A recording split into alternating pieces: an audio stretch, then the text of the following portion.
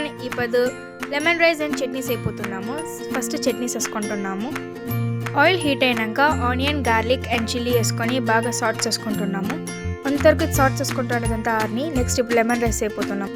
Oil heat అయినాక సాస్లు, జీరా, శనగపాయలు, శనగకాయ గింజలు వేసి బాగా సాట్ చేసుకుంటున్నాము. అండ్ నెక్స్ట్ చిల్లీ, ఆనియన్స్ వేసుకొని బాగా ఆయిల్లో సాట్ చేసుకుంటున్నాము. And pinch of turmeric add చేసి సాట్ చేసుకుంటున్నాము. తగినంత ఉప్పు అండ్ స్క్వీజ్ చేసుకొని ఉన్న లెమన్ జ్యూస్ని వేసి బాగా సాట్ చేసుకుంటున్నాము. అండ్ లాస్ట్ కొరియండర్ వేసి సాట్ చేసుకుంటున్నాము. చట్నీస్ అయిపోతున్నాము. అప్పుడే ఫ్రై చేసుకొని పెట్టుకున్న ఆనియన్స్, శనగలు, ఉప్పు, చింతపండు, కొరియండర్ వేసి బాగా బ్లెండ్ చేసుకుంటాం. అండ్ నెక్స్ట్ రైస్ వేసుకొని మిక్స్ చేస్తున్నాము. అండ్ నెక్స్ట్ చట్నీ తాలించుకుంటున్నాము. And it's ready.